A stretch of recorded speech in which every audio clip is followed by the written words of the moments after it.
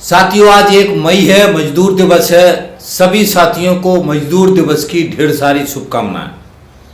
साथियों, आज हम इस मई दिवस पर एक छोटी सी आम सभा कर रहे हैं और इस मजदूरों का जब ये आंदोलन शुरू हुआ था उस समय मजदूरों के कानून नहीं थे, कोई सी भी तरीके की सामाजिक सुरक्षाएं नहीं थी, किसी तरीके के श्रम कानून नहीं थे, किसी तरीके के काम के घंटे नहीं थे, किसी तरीके की मजदूरी का निर्धारण नहीं था। बहुत ही दयनीय स्थिति थी, बहुत बुरा शोषण था। उस समय जो कारखानों के मजदूर थे, दुनिया के मजदूरों ने ये आवाज उठाया कि हमको कम से कम 8 घंटे का काम, 8 घंटे आराम, 8 घंटे परिवार समाज के लिए चाहिए। इस हिसाब से ड्यूटी का निर्धारण किया जाए। इसके साथ में सामाजिक सुरक्षाएं, हमारा जीने का हक, हमारा रहने का हक, हमारे बच्चों को शिक्षा का हक, स्वास्थ्य का हक, हम भी एक इंसान की तरह जिंदा रह सके, 2 वक्त की रोटी मिल सके, जो जरूरी संसाधन है उसको हम जुटा सकें। इन मांगों को लेकर के साथियों आंदोलन शुरू हुआ था और ये ऐतिहासिक तथ्य है कि जब कुछ नहीं था तब ये लड़ाई शुरू हुई और 1886 में मालिकों के दमन के सामने मजदूर नहीं झुके, मुकाबला हुआ। पूरी दुनिया के मजदूरों के अंदर एक जागृति आई, पूरी दुनिया के मजदूरों के अंदर एक चेतना की लहर जागी और उसके बाद से 8 घंटे काम, 8 घंटे आराम, 8 घंटे परिवार और समाज के लिए इस लड़ाई को मजदूरों ने जीता। इस लड़ाई को दुनिया के मेहनतकश वर्ग ने जीता। इसके बाद से पूरे दुनिया में 8 घंटे का काम, 8 घंटे आराम, 8 घंटे परिवार और समाज के लिए ये लागू हुआ। 8 घंटे की ड्यूटी। उसके बाद से पूरी दुनिया में श्रम कानून बने, पूरे दुनिया में कल्याणकारी राज्य की अवधारणा आई, मजदूरों के लिए कल्याणकारी योजनाएं बनाई गई। ये सारा प्रोसेस शुरू हुआ साथियों और इसी प्रोसेस में हमारे देश के अंदर 1926 में पहला ट्रेड यूनियन एक्ट बना था। ये सारा एक इतिहास है साथी, जिसको हमको समझना है और इस इतिहास के साथ ये समझना कि इस इतिहास का जो विचार है वो कार्ल मार्क्स की थ्योरी, समाजवाद की थ्योरी, मजदूरों का राज व्यवस्था कायम करने की थ्योरी, जिस थ्योरी ने दिशा दिखाया दुनिया के मजदूरों को कि आप भी अपनी राज सत्ता कायम कर सकते हो। मजदूर के जो श्रम के लूट के सिद्धांत को बताया। तो ये सारा जो विचारधारा कार्ल मार्क्स ने जो समाजवाद की विचारधारा को दिया, उस विचारधारा से दुनिया के मजदूरों के अंदर जागृति आई और ये पहला वक्त था पूरा इतिहास में जब से ये दुनिया बनी कि पहली बार किसी ने विचार दिया कि मेहनतकश वर्ग, मजदूर, गरीब का राज व्यवस्था कायम हो सकता है। वो भी इस तरीके का राज व्यवस्था कायम होगा जिसमें शोषण नहीं होगा, अत्याचार नहीं होगा। तो इस बात को भी हमको ध्यान रखना है कि मार्क्स की जो ये विचारधारा थी, इस विचारधारा ने जो है दुनिया के मजदूर के अंदर जागृति पैदा की। इसी विचारधारा की जागृति से मजदूर लड़ने के लिए खड़ा हुआ। लड़ने के बाद से ये 8 घंटे का काम, 8 घंटे का आराम, 8 घंटे समाज के लिए कल्याणकारी राज्य की अवधारणा, ये सारा दुनिया के पूंजीपतियों को, दुनिया के लुटेरों को मजबूरी में देना पड़ा। ये साथी इतिहास है मजदूर दिवस का, जिसको हमको ध्यान रखना है। और उन सारे क्रांतिकारियों को हम आज सलाम करते हैं, रेड सल्यूट करते हैं, जिन्होंने इस लाल झंडे को पकड़े हुए अपने छाती पे गोलियां खाई और अपनी कुर्बानी दी, अपने आप को शहीद किया। इस मजदूर आंदोलन की लड़ाई को आगे बढ़ाने के लिए उनको हम नमन करते हैं, उनको याद करते हैं, उनको लाखों हम रेड सल्यूट करते हैं। आज के इस मौके पर मजदूर दिवस पर हम उनको याद करते हैं, उनके संकल्पों को याद करते हैं। उनका संकल्प क्या था? उनका संकल्प था कि इस मजदूर वर्ग का राज कायम करना है, यह शोषणकारी व्यवस्था को खत्म करना है। अब साथियों, आज की परिस्थिति, हमारे देश के अंदर जो सिचुएशन है उस पर चर्चा रखना चाहता हूं। 1926 से जो श्रम कानून बने थे और मैं आपको कहना चाहता हूं, आजादी का आंदोलन 1950-51 तक जब हमारा संविधान बना, उसके पहले तक सारे श्रम कानून बन चुके थे मजदूरों के लिए। और जैसे ही हमारे देश में सत्ता बनी, पूंजीपतियों की व्यवस्था कायम हुई, उसके बाद से इन श्रम कानूनों को कमजोर करने का काम शुरू हुआ। इस बात को भी अच्छी तरीके से याद रखने की जरूरत है। 1990 के बाद, रूस का विखंडन के बाद पूरा दुनिया में मुहिम चल गया कि अब समाजवादी व्यवस्था खत्म हो गया, मजदूरों का राज का व्यवस्था खत्म हो गया, यहां से लूट का व्यवस्था शुरू हुआ।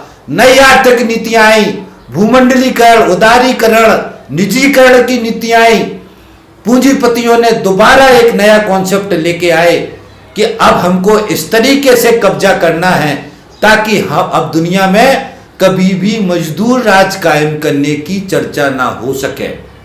सारे संसाधनों पे कब्जा करना है, सारी व्यवस्था पे कब्जा करना है, और पूंजीवादी व्यवस्था में पूंजीपति का राज होगा, इसको सुनिश्चित करना है। राज सत्ता पर पूंजीपतियों का कब्जा होगा, इसको सुनिश्चित करना है। और 1990 से लेकर के एक तरफा शोषण का राज शुरू हुआ। हमारे देश के अंदर 1991 में नई आर्थिक नीतियां आई, उसके बाद से धीरे धीरे करके इस कल्याणकारी राज्य की अवधारणा को खत्म किया गया, श्रम कानूनों को कमजोर किया गया।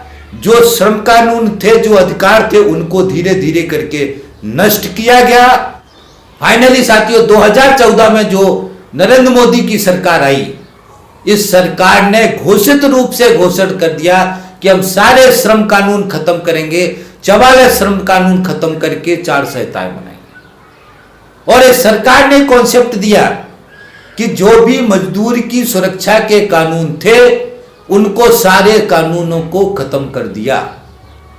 उसके अलावा जो काम के घंटे थे, इस कोरोना महामारी के नाम पर 8 घंटे का जो काम का जो कानून था, उसको 12 घंटे कर दिया। बहुत सारे कोरोना महामारी के नाम पर बहुत सारे जो श्रम कानून थे, सरकारों ने उनको सस्पेंड कर दिया। 2014 से जो नरेंद्र मोदी ने मुहिम चलाई थी, उस मुहिम के तहत 2019-2020 में जब कोरोना महामारी आया, तो इस महामारी का फायदा उठा करके एकदम से हमला बोल दिया। सारे श्रम कानूनों को चुन चुन करके नष्ट किया। परमानेंट नौकरी को खत्म कर दिया, फिक्स टर्म लेके आ गए, अप्रेंटिस एक्ट में संशोधन कर दिया, ट्रेनिंग के नाम पे शोषण शुरू हो गया, औद्योगिक ट्रेनिंग के नाम पे शोषण शुरू हो गया, नीम कर्मचारी के नाम पे शोषण शुरू हो गया, स्थायी नौकरी को खत्म किया गया, आउटसोर्स के नाम पे शोषण शुरू हो गया, थर्ड पार्टी के नाम पे, भर्ती के नाम पे शोषण शुरू हो गया, स्थायी नौकरी खत्म हो गया साथियों। और यहीं से जो वेतन था, वो जो वेतन बढ़ना चाहिए था, वो वेतन कम हो गया। तो ये पूरा एक विकास क्रम है साथी, जिसको समझने की जरूरत है। ये मैंने संक्षेप में समझाने की कोशिश की है। और 2014 के बाद से हमारा साथी सब कुछ खत्म हो गया।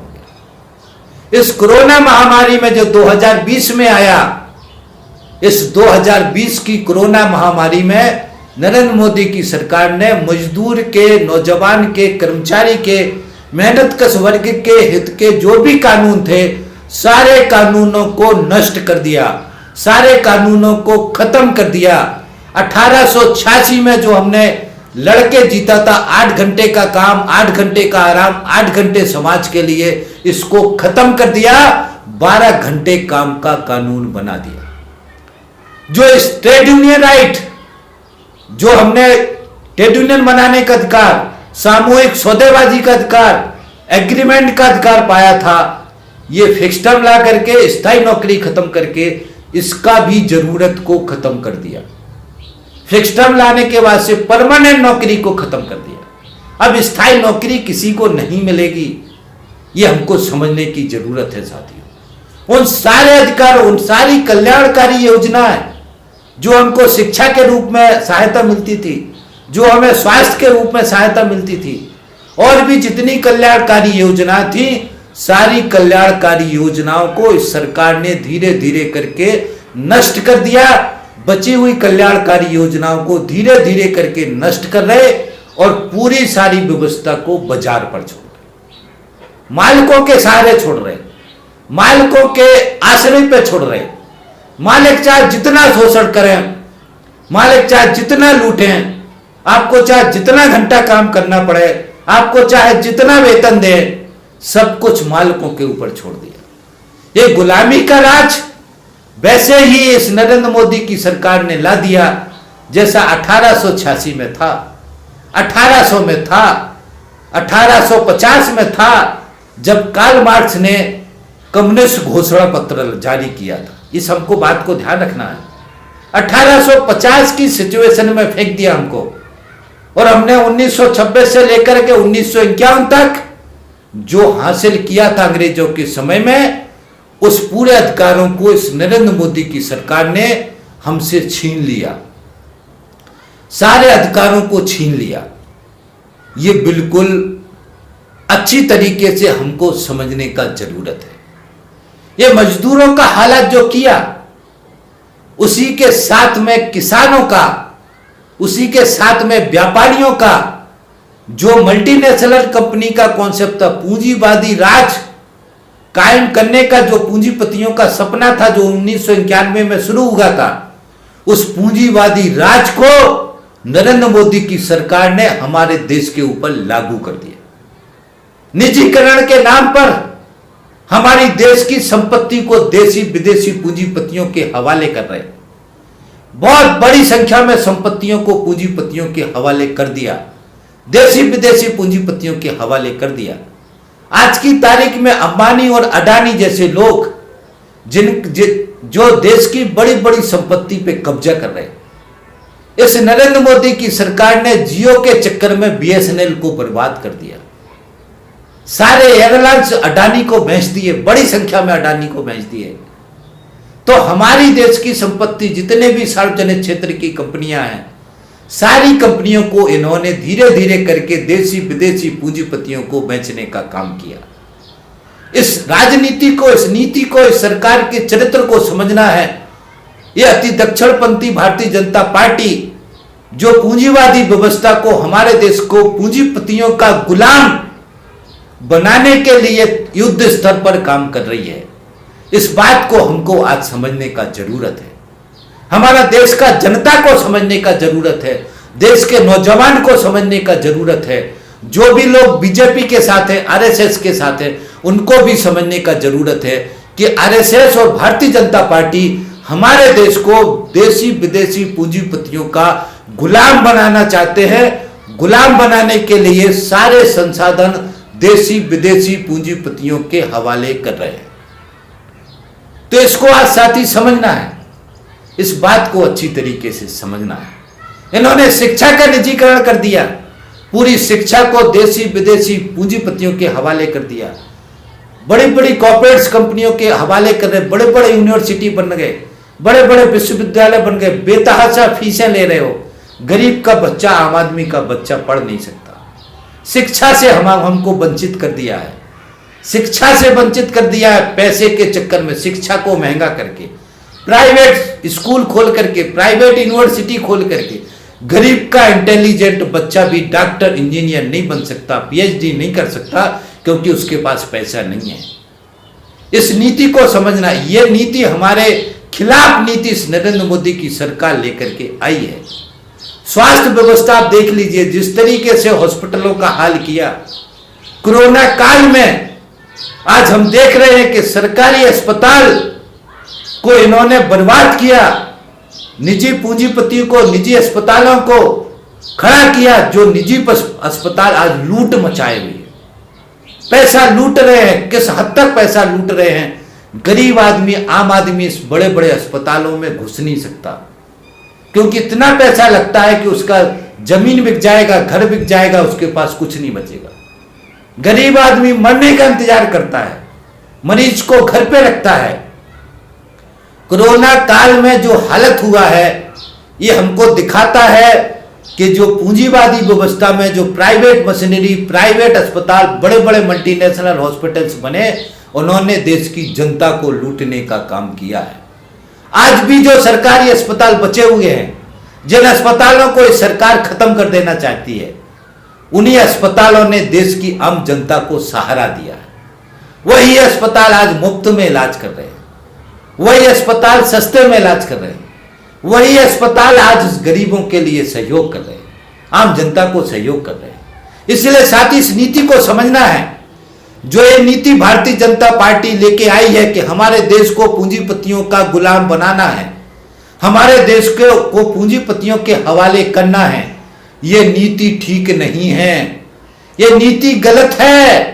हमको देश को पूंजीपतियों के हवाले नहीं करने देना है और हमको इसके खिलाफ लड़ना है, इसको रोकना है, देश को बचाना है, पूंजीपतियों से गुलाम होने के लिए देश को बचाना है, इसको हमको रोकना है, इस सरकार की गलत नीतियों के खिलाफ लड़ना है, इसके खिलाफ हमको जागरूक होना है। इसलिए साथियों, मैं आज मजदूर दिवस पे आपको ये संकल्प दिलाना चाहता हूं, सभी साथी संकल्प लें कि पूंजीवादी व्यवस्था, जिस तरीके से पूंजीपतियों का राज नरेंद्र मोदी के नेतृत्व में हमारे देश में चल रहा है, जो नीतियां हमारे देश को लूटने के लिए, हमारे देश पर कब्जे करने के लिए नरेंद्र मोदी की सरकार ला रही है, देशी विदेशी पूंजीपतियों का कब्जा करा रही है, चाहे वो श्रम सेक्टर में हो, चाहे किसानों के सेक्टर में हो, चाहे व्यापारियों के सेक्टर में हो, इन नीतियों का डटकर विरोध करना है,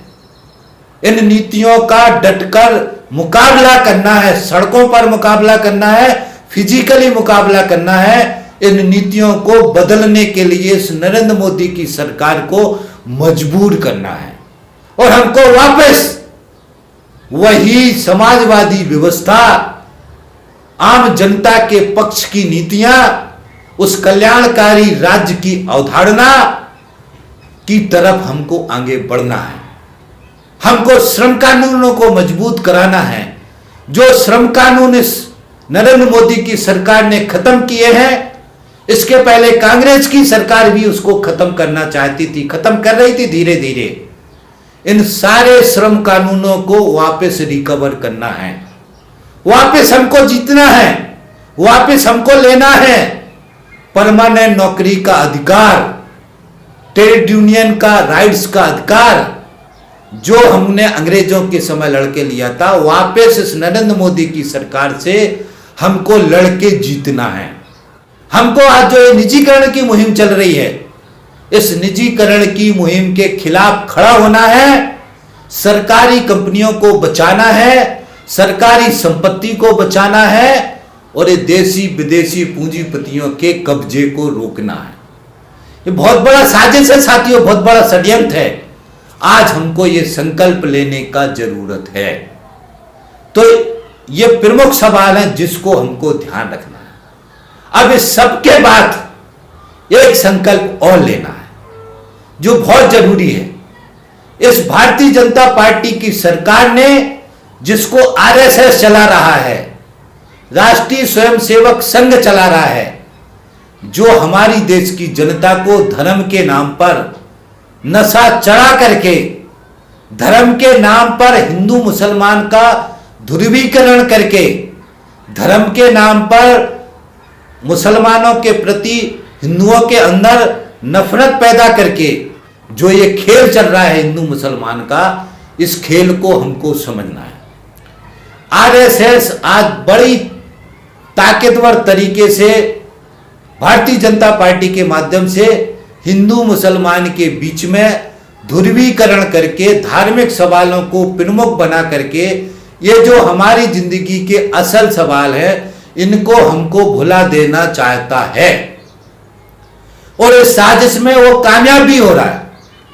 आज की तारीख में श्रम कानून खत्म हो गए, मगर देश की जनता को पता नहीं, देश के नौजवान को पता नहीं, देश के टेलीविजन पे चर्चा नहीं होती, देश की जनता को जागरूक नहीं होने दे रहे कि तुम्हारे श्रम कानून खत्म हो गए, तुमको गुलाम बना दिया गया। तो हमको इस बात को समझना है साथियों कि ये जो धर्म के नाम पर टेलीविजनों में बहस चला रहे, हिंदुस्तान पाकिस्तान, मुसलमान हिंदू मुसलमान, बहुत सारे जो जहर फैलाए जा रहे हैं, बहुत सारी नफरतें फैलाई जा रही हैं, ये एक साजिश है, ये एक षड्यंत्र है जिसको हमको समझने की जरूरत है। आज हमको असल सवाल धर्म के सवाल नहीं है, धर्म का कोई झगड़ा नहीं है। हमारे देश के अंदर हिंदू मुस्लिम सिख ईसाई, हमारे देश के अंदर हिंदू मुस्लिम सिख ईसाई आपस में है भाई भाई, इसी कॉन्सेप्ट से सब लोग रह रहे हैं, किसी को कोई समस्या नहीं है। आरएसएस जानबूझ करके टारगेट करके हिंदू मुसलमान के अंदर विवाद पैदा करा करके ये धार्मिक झगड़े करवा रहे हैं, जिसमें साफ तौर से इनका लक्ष्य है कि जनता धार्मिक झगड़ों में लगी रहे, जनता के दिमाग में धार्मिक झगड़े प्रमुख रहे, रोजी रोटी और पेट के सवाल, जिंदगी के सवाल आपको समझ में ना आए। और इसीलिए आज नरेंद्र मोदी को उन्होंने हिंदू हृदय सम्राट घोषित कर दिया है। बहुत सारे अंधभक्त हैं, बहुत सारे पागल लोग हैं जो आज ये कह रहे हैं कि हमको नौकरी नहीं चाहिए, हमको रोजी रोटी नहीं चाहिए, हम भूखे रहेंगे, भूखे मर जाएंगे, मगर हमें नरेंद्र मोदी चाहिए। ये पागल लोग हैं, विकृत लोग हैं, इनको दिमागी रूप से विकृत कर दिया है, आरएसएस ने विकृत कर दिया। ऐसे लोगों की काफी बड़ी संख्या हो गई है, इसलिए इनसे भी हमको लड़ना पड़ेगा, इन विकृत दिमाग के लोगों से भी हमको लड़ना पड़ेगा। और हमको इनको समझाना है, इनको जगाना है कि नहीं भैया, हमारा रोजी रोटी नौकरी का सवाल ही प्रमुख है। जब तक हमें पैसा नहीं मिलेगा, हमारी परमानेंट नौकरी नहीं होगी, हमारा वेतन 30,000, 35,000, 40,000, 50,000 रुपए महीना नहीं होगा, तब तक हमारे बच्चे, हमारा जीवन खुशहाल नहीं हो सकता, हम कभी खुश नहीं हो सकते। खुशी के लिए पैसा चाहिए, संसाधन चाहिए, ये हमको समझाना है।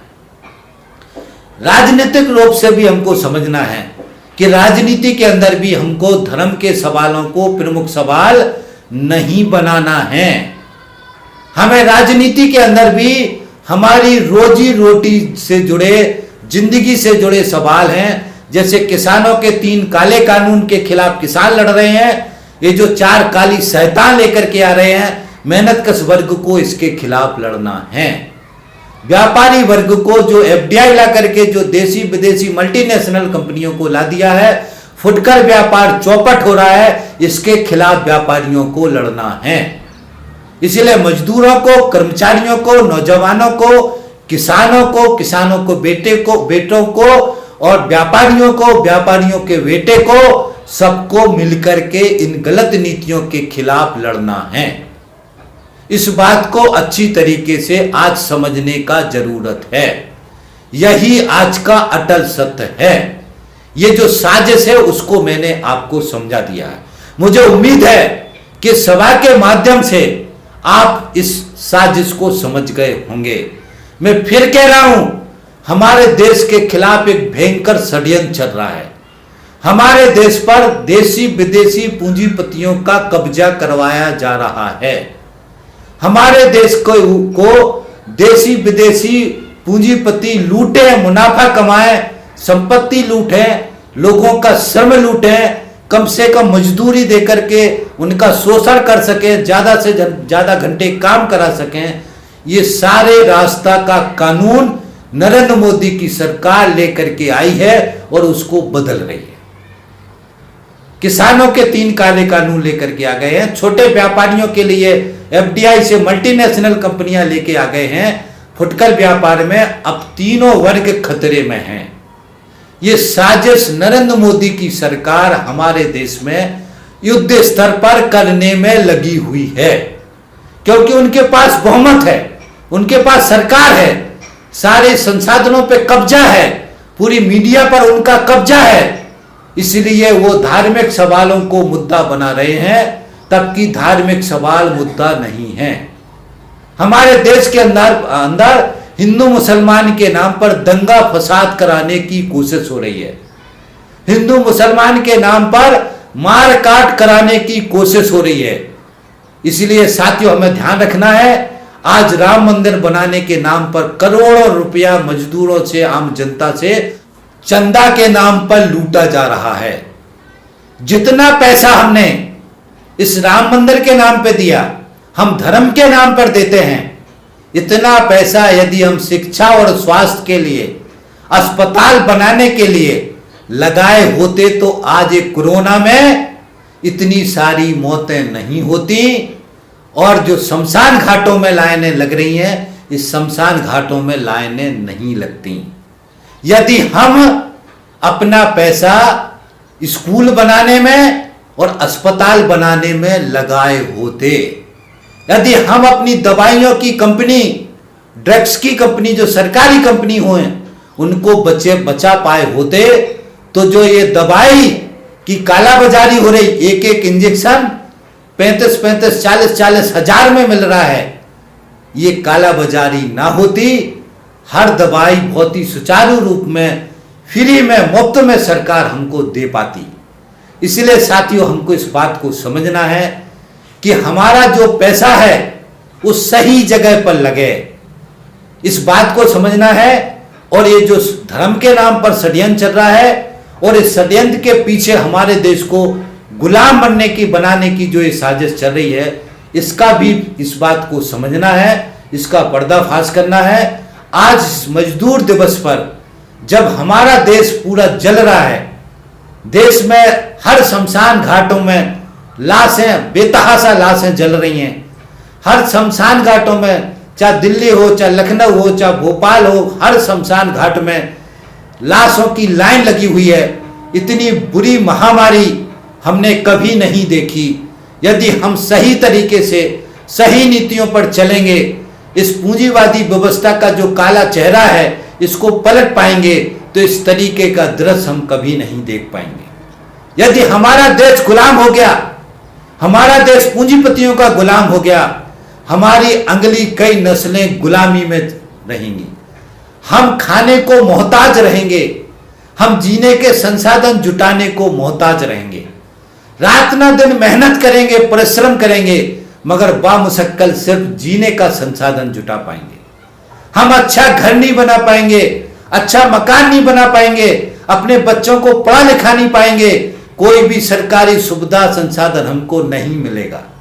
हर जगह लूटा जाएगा, इलाज में लूटा जाएगा, शिक्षा में लूटा जाएगा, व्यापार में लूटा जाएगा, बहुत बुरा हाल होगा।